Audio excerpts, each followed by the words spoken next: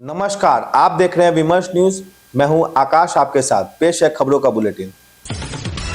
प्रधानमंत्री ने हरियाणा के चुनाव के बाद कांग्रेस को निशाने पर लिया।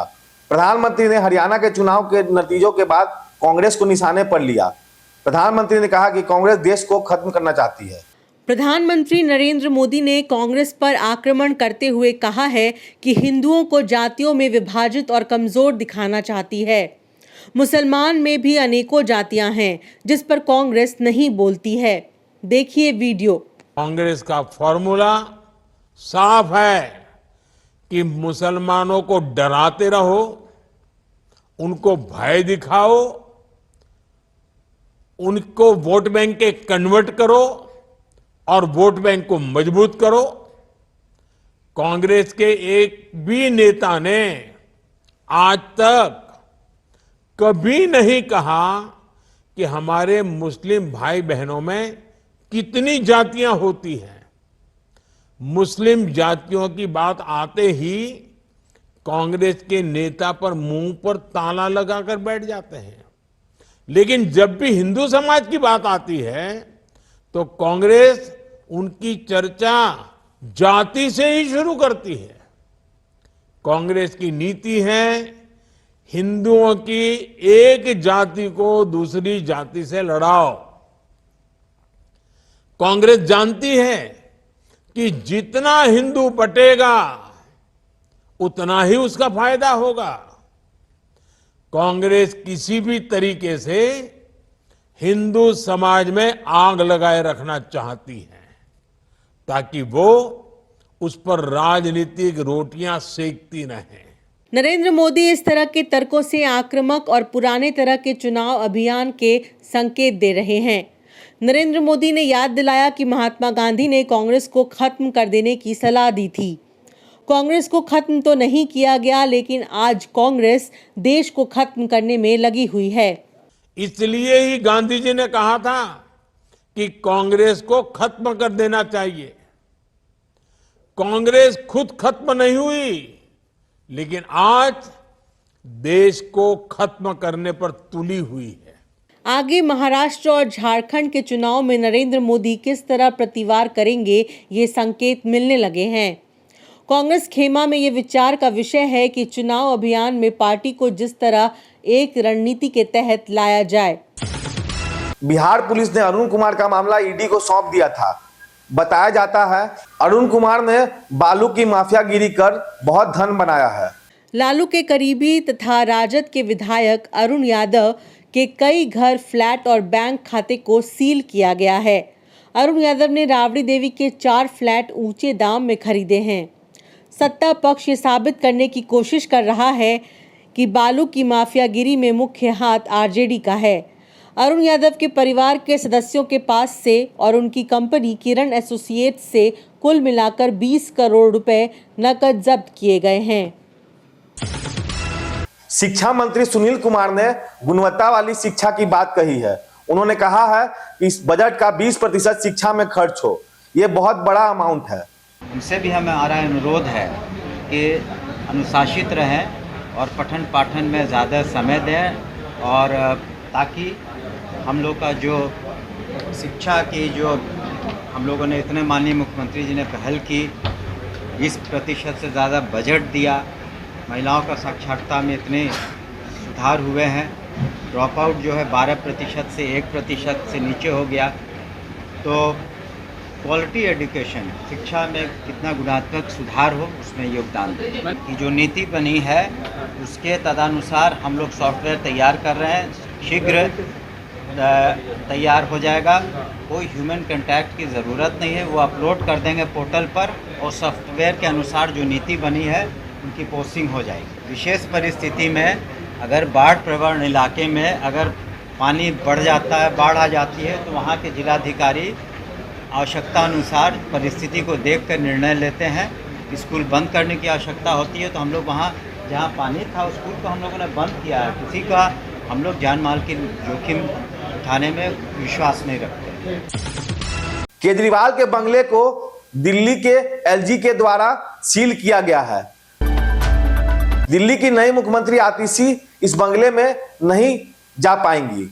खबर है कि भाजपा के किसी बड़े नेता को बंगला देकर आम आदमी पार्टी की चुनी हुई सरकार को जलील किया जाएगा। एलजी वीके सक्सेना ने 6 फ्लैग्स स्टाफ रोड से मुख्यमंत्री का सारा सामान हटवा लिया। इस तरह एक तरफ तो अरविंद केजरीवाल ने मुख्यमंत्री पद से इस्तीफा दिया और अपना बंगला खाली किया। इस बंगले के बारे में बीजेपी प्रचार करती रही कि ये आलीशान बंगला है। दूसरी तरफ खुला खेल की तरह बीजेपी का कोई नेता कथित इस आलीशान बंगले में रहेगा। किसी भी मुख्यमंत्री के बंगले को खाली कराने का भारतवर्ष की राजनीति में कोई अतीत नहीं रहा है। यह केवल एलजी के स्तर से लिया गया निर्णय नहीं है। आम आदमी पार्टी के प्रति भारतीय जनता पार्टी और केंद्र सरकार तथा एलजी का बर्ताव कुछ बुरा ही संकेत देता है। दिल्ली में किसी भी तरीके से भाजपा अपना वर्चस्व जमाना चाहती है। ऐसा नहीं कर पाने की वजह से उच्च स्तर की राजनीति इस निम्न स्तर से की जा रही है। बदले की भावना से शासन चलाया जा रहा है। दिल्ली में होम लोन की ब्याज दर 25% तक घट जाएगी। मध्यम वर्ग के लिए यह एक अच्छी खबर है। कम दर में किस्तें भरनी पड़ेंगी। रिजर्व बैंक ने दुनिया भर में घट रहे ब्याज दर पर ध्यान दिया है। अमेरिका या अन्य देशों से संकेत मिल रहे हैं कि इन्फ्लेशन स्थिर हो रहा है। भारत ने बैंकों से कर्ज दी गई राशि पर ब्याज दर बढ़ाया ही है, परंतु ब्याज दर कम करने के लिए रिजर्व बैंक की मॉनेटरी पॉलिसी कमेटी MPC की बैठक हुई है। रिजर्व बैंक अभी से दिसंबर तक ये ध्यान देगा कि मुद्रास्फीति यानी कीमतें कम या स्थिर रहती हैं या नहीं। दिसंबर से होम लोन लेने वाले को कम दर से किस्तें भरनी होंगी। नौकरी की अच्छी खबर आई है। पंचायती राज विभाग 15,000 लोगों को नौकरी देगा। बिहार में नौकरियां दी जाएंगी। 1 साल तक BPSC और बिहार SSC प्रखंड और पंचायत के पदाधिकारियों की बहाली करेंगे। तकनीकी सहायक पहले की तरह एजेंसियों के माध्यम से बहाल किए जाएंगे। पंचायती राज मंत्री केदार प्रसाद गुप्ता ने बताया है कि 2025 के चुनाव के पहले तक सारी बहाली कर ली जाएगी। उन्होंने ये भी कहा कि जिला परिषद के 39,000 एकड़ जमीन का व्यावसायिक उपयोग किया जाएगा।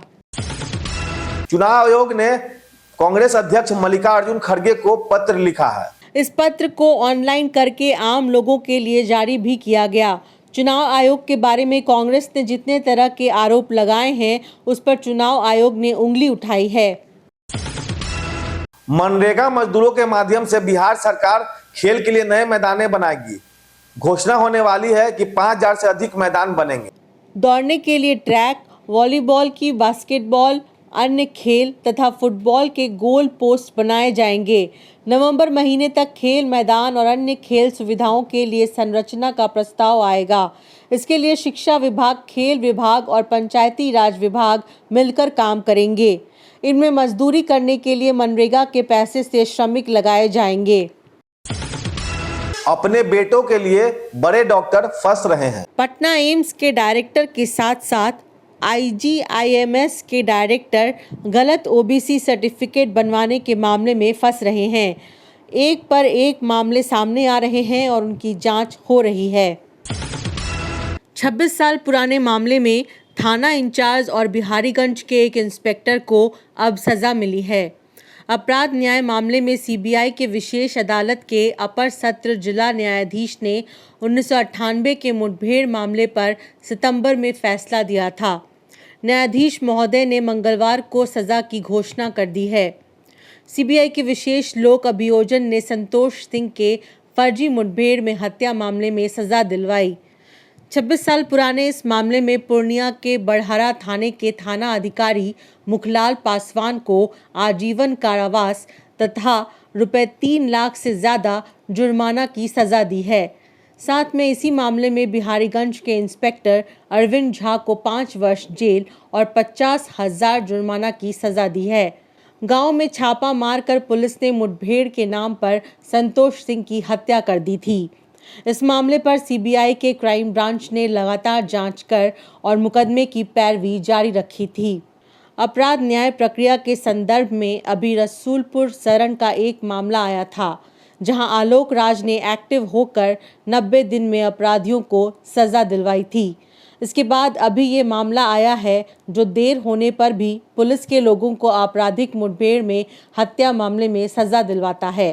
तो ये था खबरों का बुलेटिन। आपको हमारा खबरों का बुलेटिन कैसा लगा यूट्यूब पे जरूर बताइएगा। अगर यूट्यूब पे देख रहे हैं तो लाइक करें, सब्सक्राइब करें तथा बेल आइकन दबाना ना भूलें। फेसबुक पे देख रहे हैं तो लाइक करें, फॉलो करें। तब तक के लिए मैं आकाश, विमर्श न्यूज स्टूडियो से धन्यवाद।